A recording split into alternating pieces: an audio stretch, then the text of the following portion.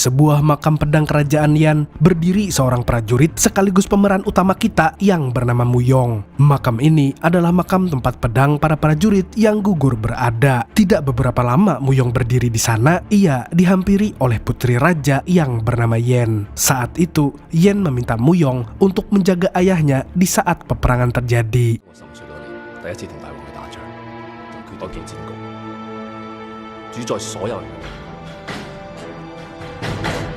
Muyong sendiri sudah seperti kakak kandung Yen karena semenjak ia kecil, Muyong yang dibuang oleh kedua orang tuanya diangkat dan dilatih menjadi prajurit oleh sang raja. Singkat cerita, ketika perang berlangsung, raja berhasil dilukai oleh prajurit lawan. Satu busur panah tertusuk di dadanya sehingga membuat ia dalam keadaan kritis. Di masa kritisnya, raja memanggil Muyong untuk ia nobatkan sebagai pemimpin peperangan karena raja menganggap bahwa Muyong adalah pria yang bisa menggantikan posisinya.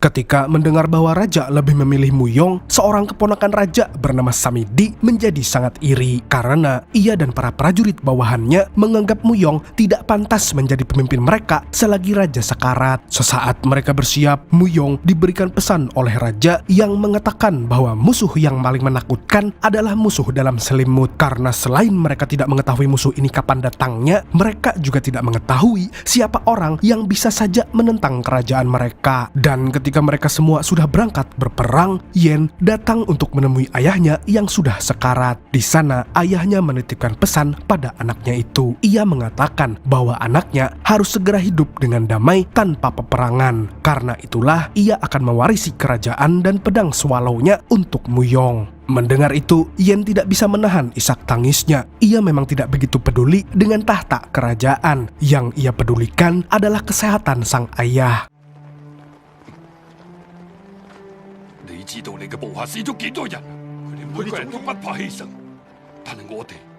Tanpa ada yang mengetahui, Samidi mengendap-ngendap ke kamp milik raja. Ia lalu mempertanyakan kenapa raja lebih memilih anak yatim yang haram seperti Muyong untuk memerintah kerajaan mereka. Raja kemudian menjawab alasan ia memberikan tahta pada Muyong karena ia percaya pada pilihan-pilihan yang akan diambil oleh Muyong, tidak seperti Samidi yang gila tahta. Mendengar itu, Samidi lalu melakukan hal yang sudah pasti kita bisa duga.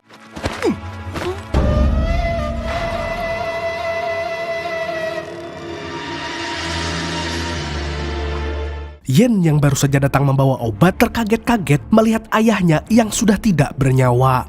Beberapa hari kemudian, kerajaan Yan terpaksa harus mundur dari peperangan dikarenakan harus mengubur raja mereka.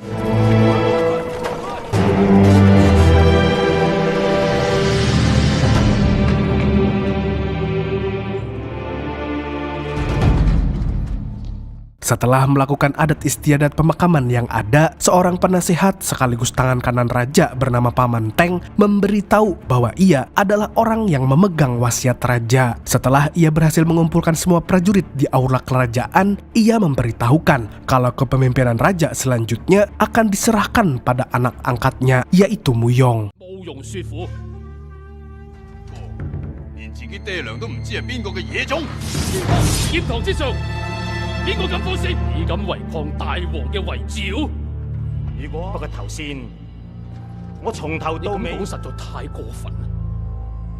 Mendengar keputusan itu, Samidi dan para anak buahnya tidak setuju. Mereka menganggap bahwa Muyong si anak yatim tidak pantas menyandang nama seorang raja kerajaan Yan. Yen dengan ikhlas memilih kakaknya itu sebagai pemimpin kerajaan. Namun Muyong yang melihat reaksi banyak prajurit yang tidak setuju kalau ia akan dijadikan seorang raja, mencoba membalikan fakta dengan berkata,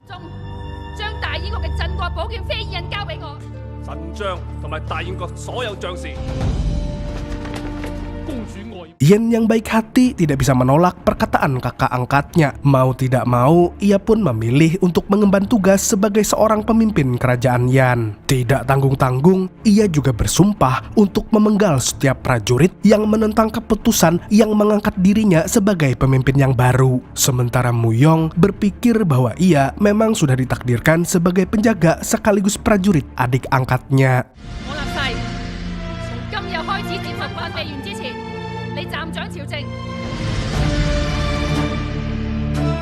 Samidi yang busuk hatinya masih saja mencari celah untuk menjatuhkan Yen dari tahtanya. Ia dan para bawahannya memulai gerakan yang membuat rumor kepada orang-orang yang mengatakan bahwa seorang raja semestinya adalah laki-laki, bukan perempuan.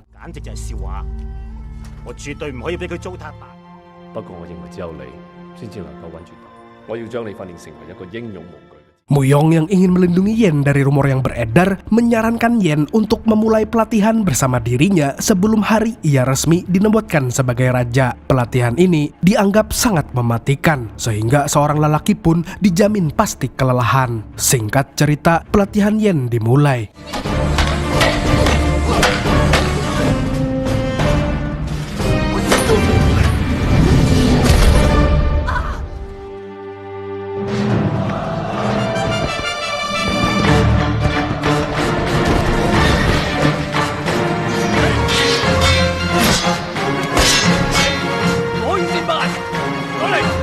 Ia diajari cara bertarung dengan langkah yang sempit, diajari berkuda dan memanah di atas kuda. Dan seperti yang bisa kita lihat, nampak Yen yang sangat bersusah payah untuk melewati semua rintangannya. Tapi sebagai calon pemimpin, ia tak pantang menyerah. Suatu malam, Muyong kembali teringat pada Yen yang dulu masih kecil. Di sanalah ia menyadari bahwa ia harus melindungi Yen ketika peperangan nanti, karena satu-satunya orang yang ia miliki sekarang hanyalah adiknya itu. Keesokan harinya, Muyong memberikan pelatihan yang lebih keras kepada Yen agar ia bisa menjadi lebih kuat. Dan Yen yang merasa sangat lemah karena tidak bisa mengalahkan Muyong akhirnya kena mental.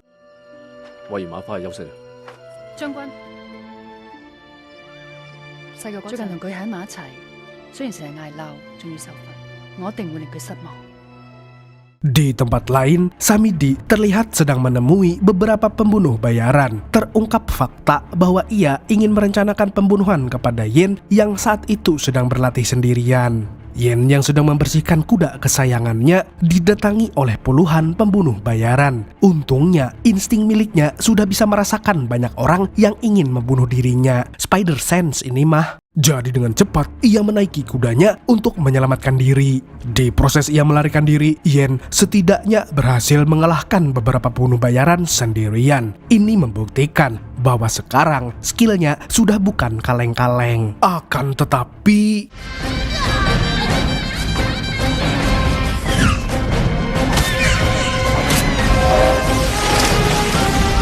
para pembunuh bayaran yang merasa bahwa mereka telah berhasil menghabisi Tuan Putri pergi meninggalkan tubuhnya sendirian di tengah hutan. Tapi di tengah jalan, mereka semua tewas terkena perangkap yang sudah dipasang oleh seorang yang misterius. Akhirnya, tubuh Yen yang sedang terluka ditemukan oleh seorang pria misterius yang bernama Chuan. Untungnya, Chuan sendiri adalah tabib yang sudah paham mengatasi hampir segala luka. Jadi, ia merawat Yen yang sedang terluka sampai ia sadar.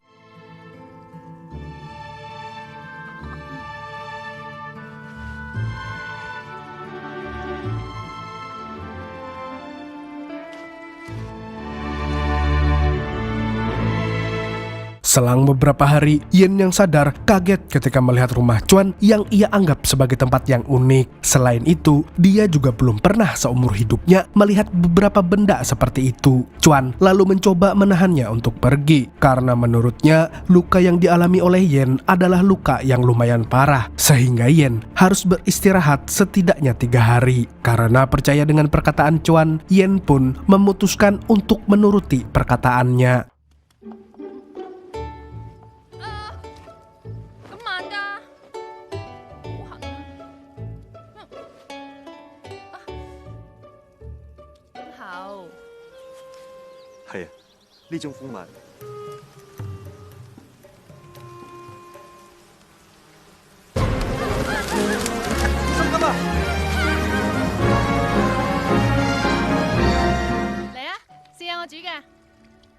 Di dalam proses 3 hari itu, mulai tumbuh bibit-bibit kasih sayang terhadap mereka berdua. Karena Yen akhirnya sadar bahwa dalam benaknya, ia ingin hidup sebagai orang yang biasa-biasa aja. Ia sendiri mulai merenung dan berpikir bahwa ia lebih nyaman tinggal bersama Chuan daripada harus menjadi pemimpin kerajaan. Tapi ia tersontak sadar jika kerajaannya lebih membutuhkan dirinya daripada ia harus egois pada pilihannya sendiri. Di suatu siang, Chuan membawa Yen ke atas rumahnya. Di saat itulah ia memberi Tai bahwa tujuan dan impiannya adalah membuat sebuah balon udara untuk mengelilingi dunia. Melihat ambisi Chuan, Yen juga menjadi sadar tentang tanggung jawabnya, bahwa ia harus menjadi pemimpin yang bisa membawakan kemenangan pada kerajaan Yan. Sehingga di saat itu ia langsung memutuskan untuk diantar pulang ke kerajaannya. Malam harinya mereka berdua tidak bisa tidur karena mereka sadar bahwa akan ada hati yang terluka jika mereka terpisah. Yen lalu datang ke tempat Chuan tidur dan tidur di sebelahnya. Ini menandakan bahwa ia sadar akan perasaan cintanya yang begitu kuat kepada Chuan.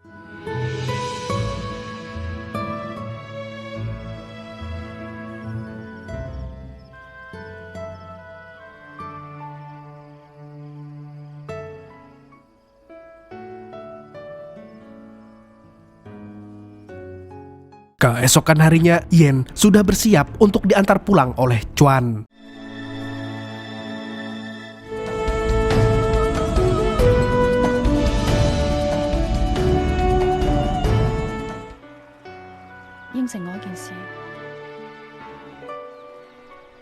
Di tempat lain, kita diperlihatkan dengan tim prajurit pencari yang dipimpin oleh Muyong. Mereka ditugaskan oleh Paman Teng untuk mencari bukti kematian Yen. Tapi Muyong yang masih belum menemukan mayat adiknya sangat ragu kalau ia telah tewas. Di dalam perjalanannya, mereka menemukan sebuah pedang yang tertancap di dalam tanah. Pedang itu adalah salah satu dari 10 pedang pendekar bulan baru yang sangat legendaris. Diceritakan sebelum adanya peperangan antar kerajaan, pada mulanya semua kerajaan bersatu untuk melawan 10 orang pendekar bulan baru yang dikenal sebagai pendekar yang tidak terkalahkan. Melihat sebilah pedang yang tertancap itu, Muyong mengetahui kalau ada sesuatu yang janggal di hutan tempat adiknya hilang.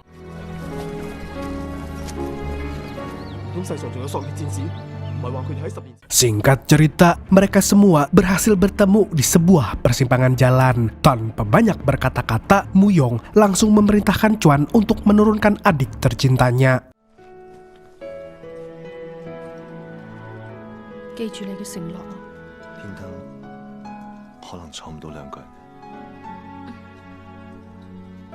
Untungnya, Yen memberitahu bahwa Chuan bukanlah orang yang jahat karena ia juga sudah merawatnya selama ia beberapa hari menghilang. Mendengar itu, Muyong sedikit curiga terhadap sosok dari Chuan karena terbukti di hutan ini ia hanya menemukan Chuan seorang. Menurutnya, seorang manusia biasa tidak mungkin berani tinggal di hutan ini seorang diri, kecuali ia mempunyai kekuatan dan keterampilan bertahan hidup yang sangat luar biasa.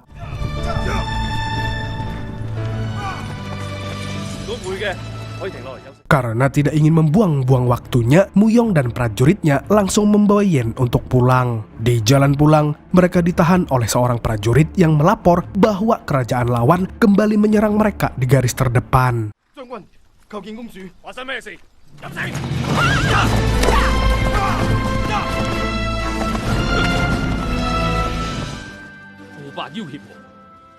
Tidak hanya itu saja, kabar buruk pun muncul dari pasukan sayap kanan mereka yang dipimpin oleh Samidi. Ia mengeluarkan titah bahwa ia dan pasukannya tidak akan maju ke garis depan, kecuali Samidi dinobatkan sebagai pemimpin.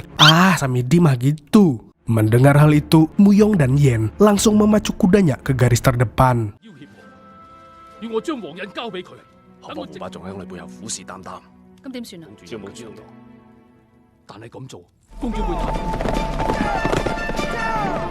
Dengan modal tekad beserta nekat, Yen kembali ke peperangan untuk memimpin 2000 prajurit untuk melawan 10.000 prajurit. Dengan sigap, ia menarik pelana kudanya dan menuju ke barisan terdepan. Tidak lupa juga, ia sudah ditemani oleh Muyong dan Paman Teng. Dan saat inilah di mana kerajaan mereka akan mencetak sejarah yang belum pernah terduga sebelumnya.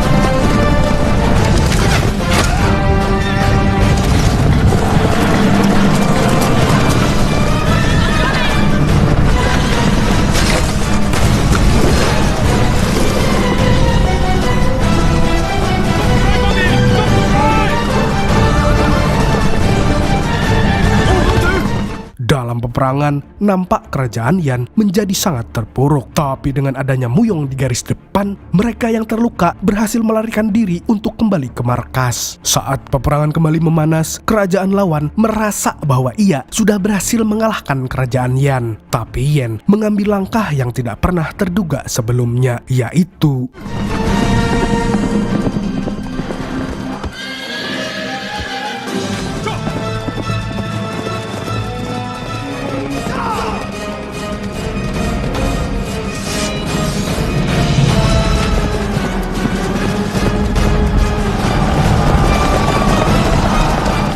raja kerajaan lawan yang sudah merasa di atas langit memutuskan untuk memburu Yen yang kabur seorang diri ke dalam suatu hutan. Dan ternyata ketika ia dan pasukannya berhasil terpancing ke hutan tersebut, mereka diserbu oleh pasukan kerajaan Yan yang ternyata sudah berada di situ.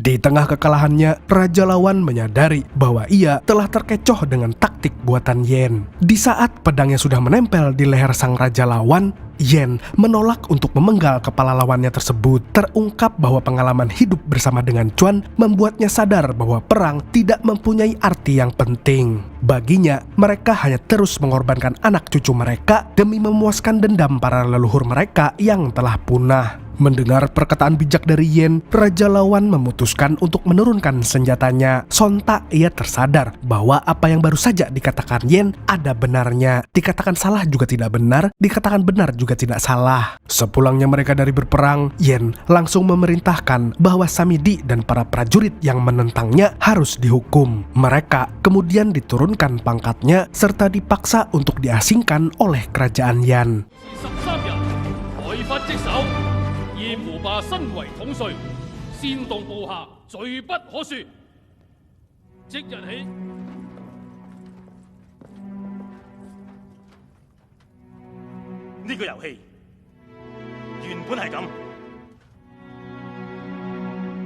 Setelah itu, ia akan menjalani penobatan dirinya sebagai raja yang resmi. Di suatu malam, Yen sedang mengingat lagi masa hidupnya bersama Chuan di hutan. Tanpa ia tahu apa alasannya, suasana kerajaan terasa sangat hampa. Cie, lagi jatuh cinta.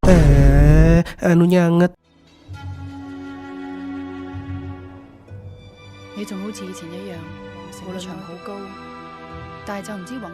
Muyong lalu mengunjungi kamar Yen. Di sana, Muyong mengatakan bahwa ia baru saja mendapat informasi tentang identitas Chuan yang sebenarnya. Ternyata, dugaannya benar. Chuan adalah salah satu dari 10 orang pendekar bulan baru yang selamat dari perang besar antar kerajaan dulu. Mendengar informasi dari kakaknya tersebut, Yen kembali memikirkan alasannya untuk menjadi seorang pemimpin. Apakah ia bahagia ataukah ia hanya akan merasa terbebani seumur hidupnya? Keesokan harinya, di hari penobatan Yen sebagai raja, ia mengumpulkan semua orang untuk memberitahukan sebuah kabar yang menggemparkan.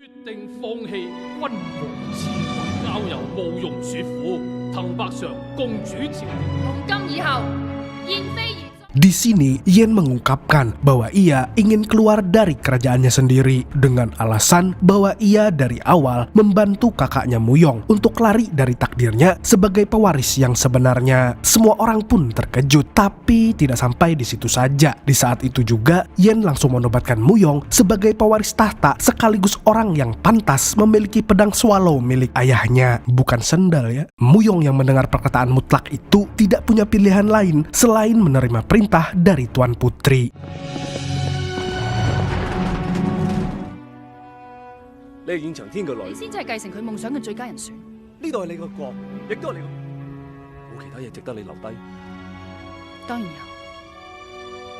Sesaat setelah kejadian itu, Yen menghampiri Muyong untuk mengucapkan perpisahan. Ia berkata bahwa ia akan tetap menjadi bagian kerajaan Yan, hanya saja ia lebih memilih untuk hidup dan terus tersenyum bersama pria yang dia cintai. Tai makan batu. Muyong yang melihat adik angkatnya itu tersenyum tidak bisa melarangnya karena ia sendiri paham bahwa Yen tidak betah menjadi seorang pemimpin seperti mendiang raja mereka.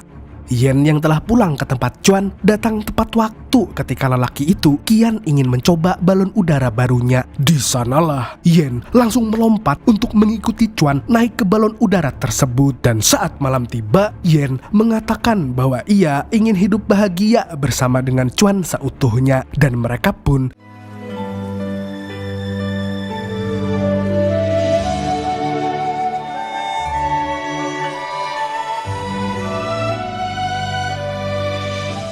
di tempat lain. Samidi yang sudah terusir dari kerajaannya sendiri memutuskan untuk pergi ke suatu tempat terlarang. Tempat ini adalah markas seorang pembuat racun terkenal. Rumor mengatakan bahwa ia baru saja membuat racun baru yang tidak ada penawarnya. Dengan licik, Samidi lalu memesan ramuan racun tersebut untuk ia jadikan sebuah senjata rahasia demi menguasai kerajaan Yan.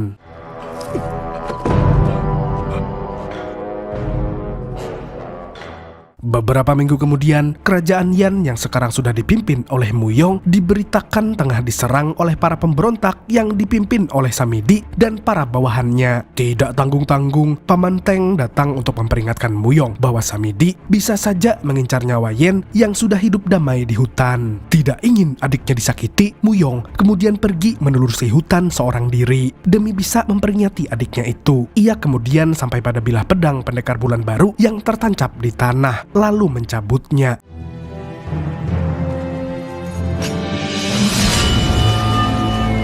Saking saktinya, Chuan dapat merasakan bahwa ada orang yang berani mencabut pedang lama miliknya. Ia tahu bahwa itu adalah panggilan baginya untuk segera bertemu di suatu tempat. Selang beberapa waktu, Chuan dan Muyong bertemu di tengah derasnya arus air terjun. Tanpa basa-basi, Muyong mengayunkan pedangnya untuk menguji skill Chuan.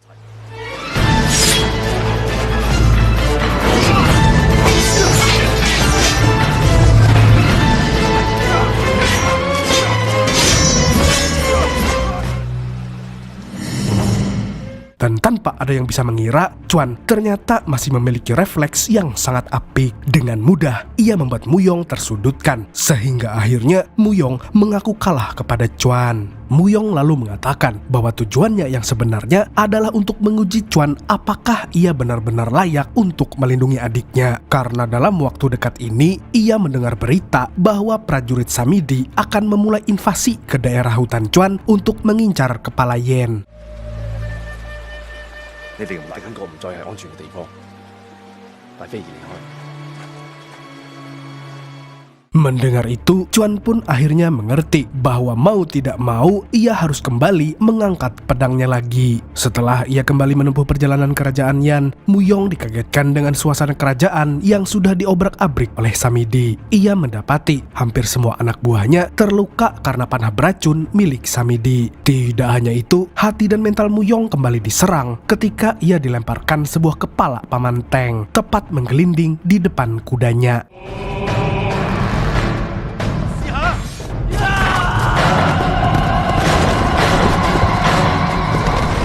Dengan jiwa dendam yang membara, Muyong nekat menyerang para prajurit Samidi seorang diri. Tapi dengan gagah dan berani, para bawahannya membentuk sebuah tameng agar Muyong tidak terkena ratusan panah beracun yang dilontarkan kepadanya. Tidak lupa juga, mereka menyerahkan sebilah pedang swallow milik mendiang raja terdahulu kepada Muyong. Para bawahannya lalu berkata bahwa Muyong harus bertahan hidup. Mereka juga mengabarkan bahwa sisa prajurit yang telah kabur berhasil keluar ke hutan terdekat kerajaan. Mereka semua ingin Muyong mundur untuk membalaskan dendam mereka suatu saat nanti. Sementara para prajurit bawahannya akan berkorban demi Muyong.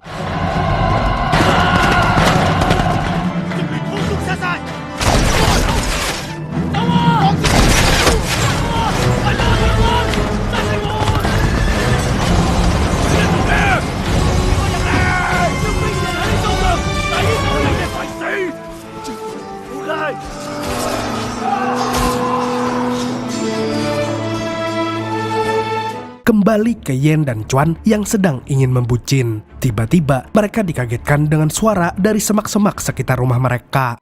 雪虎哥嚟過，佢有隻想成真。我選擇話俾你知，可以放棄皇位，但係我真係冇辦法對唔住。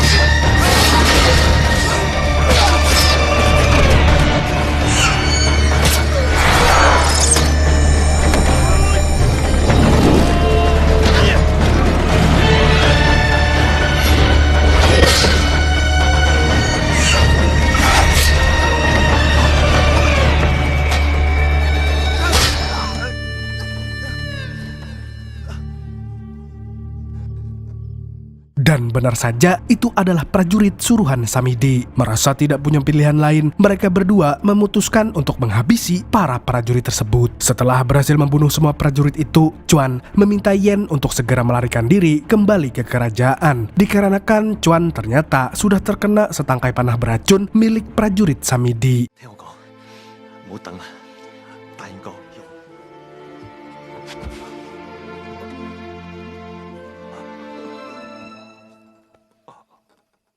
Yen awalnya tidak ingin meninggalkan pria yang ia cintai itu, tapi kemudian Chuan memaksanya untuk segera pergi. Menurut Chuan, Yen akan aman di kerajaannya sendiri, sedangkan dirinya akan lebih aman jika mengobati panah beracun ini sendirian. Kita kemudian akan diperlihatkan dengan Muyong yang sedang memerintahkan para bawahannya yang tersisa untuk segera melarikan diri dari hutan ini. Karena mereka semua dikuasai rasa takut untuk mati, mereka secara kompak mengiyakan perintah dari Muyong. Setelah para prajurit pergi, disinilah kita akan diperlihatkan begitu beradrenalinnya seorang Muyong. Dia kemudian memacu kudanya untuk pergi seorang diri melawan 1000 orang prajurit Samidi.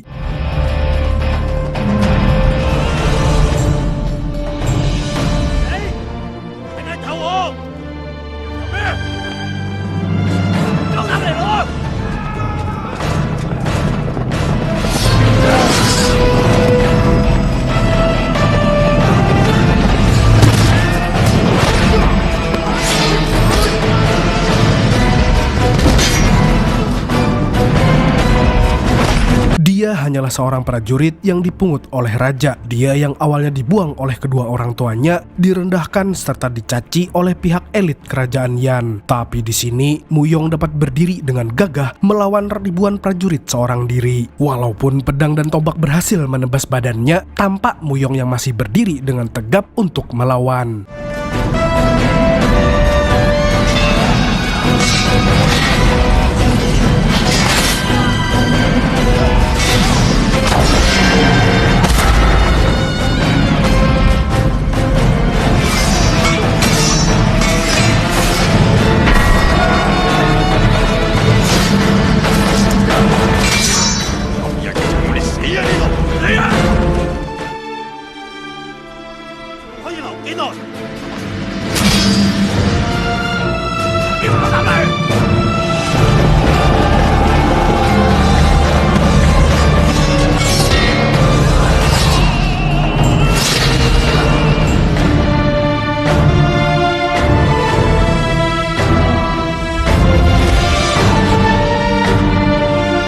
Berkali-kali ia menantang Samidi untuk 1 lawan 1, tapi Samidi yang mengetahui bahwa ia tidak akan bisa menang melawan Muyong hanya diam seperti pengecut. Sesaat setelah Muyong sudah di ambang batasnya, datanglah Yen lengkap dengan baju jirah perangnya. 快啲走！你明姐送死嘅啫，冇用師傅。死咗咁多人，你先至大英雄。點啊？點生？呢個仇，我要親。Dengan tangan yang penuh dengan lumuran darah lawan-lawannya, Muyong memberikan Yen pedang swallow untuk ia pakai. Yen lalu turun untuk berduel dengan Samedi. Di sini, Samedi akhirnya mengakui bahwa ialah pelaku yang membunuh mendiang raja. Dengan songong ia berkata bahwa ia merasa dirinya lah yang ditakdirkan menjadi raja dari dulu. Mendengar itu, Yen dikuasai oleh amarah balas dendam yang sangat mendalam.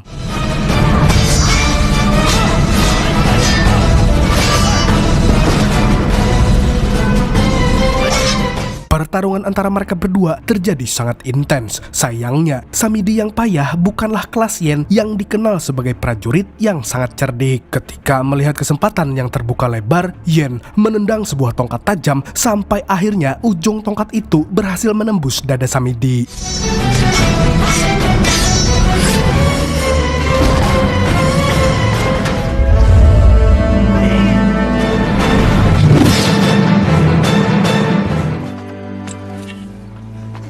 Seketika, para prajurit pengikut Samedi yang menyaksikan hal tersebut menjatuhkan senjata mereka dan bersumpah untuk setia mengikuti Yen untuk selamanya.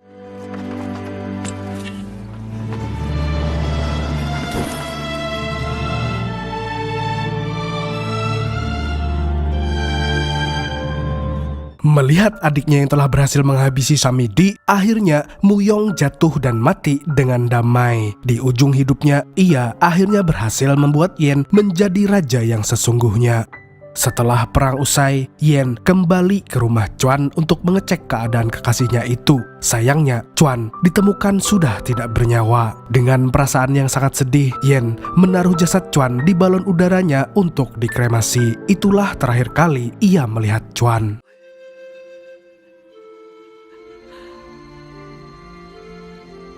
一齊嘅日子係最美好。